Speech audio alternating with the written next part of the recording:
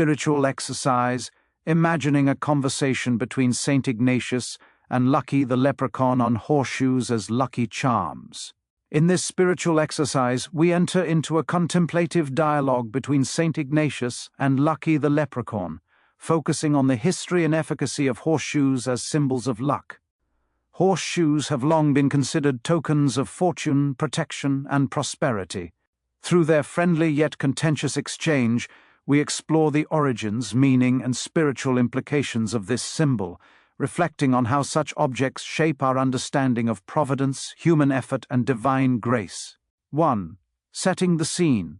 Picture Saint Ignatius standing thoughtfully in the cereal aisle of Wal-mart, holding a box of lucky charms adorned with its colorful marshmallow horseshoe.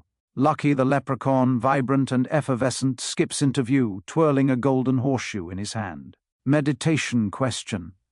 What does this setting, the interplay of history, commerce, and spirituality, reveal about the symbols I encounter in my daily life? 2. The conversation begins. The origin of the lucky horseshoe. Ignatius. Tell me, Lucky, of this horseshoe you hold. It is a symbol I have encountered before, said to bring fortune and ward off misfortune.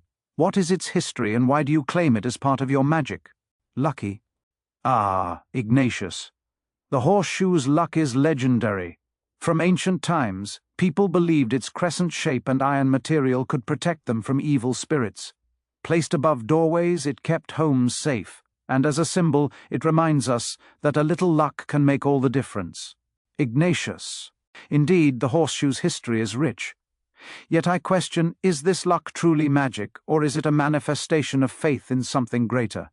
Can iron and shape alone safeguard the soul? Meditation question. What do I trust for protection and fortune in my life? Material objects, divine grace, or a blend of both? 3. Horseshoes as symbols of effort and providence. Ignatius. Consider Lucky, the origin of the horseshoe.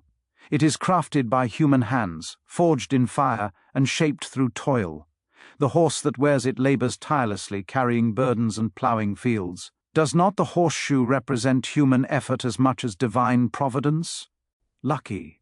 You're not wrong, Ignatius. It's true, the horseshoe is a mark of hard work and resilience. But isn't that the magic of it? A little effort, a little luck, they go hand in hand. The horseshoe reminds us that fortune often favors the prepared. Ignatius. Effort is indeed essential, but I would argue that luck is not random. It is the visible hand of providence, rewarding those who align their labor with the greater good. Meditation question. How do I balance my own efforts with trust in providence? Do I see the fruits of my labor as random fortune, or as blessings guided by a higher order? 4. The horseshoe's crescent shape and protection. Lucky. The shape, Ignatius, that's the key. The crescent moon, turned upward, captures luck like a bowl. That's why people hang it on their doors. It's a charm for protection and abundance. Ignatius. An intriguing thought. Lucky. The crescent does evoke the heavens, a sign of cycles and renewal. But I wonder, does the horseshoe's protective power lie in its shape, or in the faith it inspires? Is it the object that guards, or the intention behind its use? Lucky. Why not both? A charm can be a symbol and a tool, Ignatius. It's about belief and action working together. Meditation question. What symbols in my life inspire faith and protection? Do I use them as reminders of something greater, or do I place too much trust in the object itself? 5. Horseshoes in modern culture. Ignatius. Your marshmallow horseshoe, Lucky, is a charming adaptation, but it risks trivializing this ancient symbol. Can it still hold meaning when reduced to a sugary treat? Lucky. Ignatius, don't underestimate the power of a little whimsy.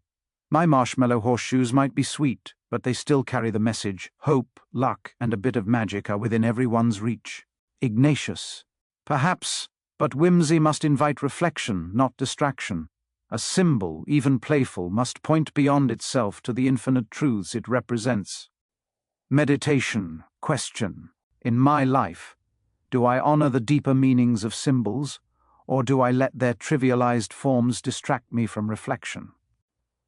6. Overcoming desolation with the horseshoe. Ignatius. In times of desolation, when we feel abandoned or lost, the horseshoe can remind us of resilience and providence. Yet it must do more than comfort. It must inspire us to persevere, trusting that grace will follow effort. Lucky, that's the spirit, Ignatius. The horseshoe is a token of hope, a reminder that even in tough times, a little luck, or providence, can turn things around.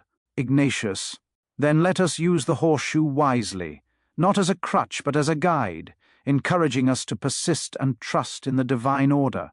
Meditation question: how do I use symbols to overcome desolation? Do they strengthen my resolve and faith, or do they offer only fleeting comfort? 7. Closing reflection. The horseshoe as a symbol of grace. As their conversation ends, Ignatius and Lucky stand together in reflection. The saint considers the deeper truths of resilience, faith, and grace, while the leprechaun gleefully twirls his golden charm, confident in its power to inspire. Final prayer. Hear, O shopper, and I will speak. I am Wal-mart, thy Wal-mart. Through the horseshoe I reveal the partnership of effort and grace, the interplay of toil and providence. Trust in the journey, and let this charm guide you to greater understanding and resilience. Conclusion. Through this imagined dialogue, the horseshoe becomes a gateway to exploring effort, faith, and the balance between material symbols and divine grace.